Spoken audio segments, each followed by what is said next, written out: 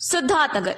उत्तर प्रदेश सरकार के कैबिनेट मंत्री एवं कृषि मंत्री सूर्य प्रताप शाही ने सिद्धार्थनगर जिले के कृषि विज्ञान केंद्र केवीके सोना का भ्रमण किया। इस दौरान उन्होंने केंद्र की कृषि परियोजनाओं का गहन निरीक्षण किया तथा वहां मौजूद वैज्ञानिकों, अधिकारियों और कर्मचारियों को महत्वपूर्ण दिशा निर्देश दिए। मंत्री शाही ने किसानों की आय बढ़ाने, आधुनिक कृषि तकनीकों के प्रसार, जैविक खेती को प्रोत्साहन और स्थानीय फसलों जैसे काला नमक चावल जैसी जीआई टैग वाली उपज की बेहतर पैकेजिंग व मार्केटिंग पर जोर दिया। मखाने की खेती पे भी जोर देते हुए कहा कि जो भी किसान मखाने की खेती करना चाहते हैं तो यहाँ के किसानों और वैज्ञानिकों का प्रतिनिधिमंडल टीम दरभंगा जाएगा,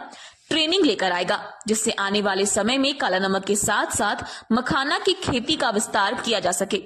वहीं उन्होंने यूजीसी के नए नियम पर एसटी की रोक पे कहा कि भारत सरकार के शिक्षा मंत्री ने रोक लगने के पहले ही अपनी स्थिति को उन्होंने साफ कर दिया था कि किसी को भी उस कानून से नुकसान नहीं होने दिया जाएगा। सरकार सतर्क है। के पर मखाने के खेती को आगे बढ़ाए जाने की दृष्टि से उस सीड का डिस्ट्रीब्यूशन भी इनको किया जाए और यहाँ पर भी खेती कराई जाए। मुझे जो जानकारी दिया है यहाँ के वैज्ञानिक चीफ साइंटिस्ट ने कि यहाँ पर हम लोगों ने जनवरी महीने में ड्रॉपिंग किया है सीड की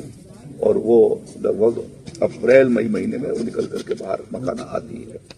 तो उस समय ये दिखाई पड़ सकेगा कि क्रॉप कैसा होगा। उसके पहले सिद्धार्थनगर के किसानों का वह समूह जो इस खेती को करना चाहता है और चूंकि उसकी हार्वेस्टिंग थोड़ा कठिन काम है, इस नाते हार्वेस्टिंग की ट्रेनिंग दी जाने के लिए यहाँ से किसानों और वैज्ञानिकों का एक प्रतिनिधिमंडल टीम प्रशिक्षार्थी के रूप में वहां पर जाएगा और जाकर के दरभंगा से उनको ट्रेनिंग देकर के यहाँ पर आएगा, जिससे आने वाले भविष्य में काला नमक के साथ साथ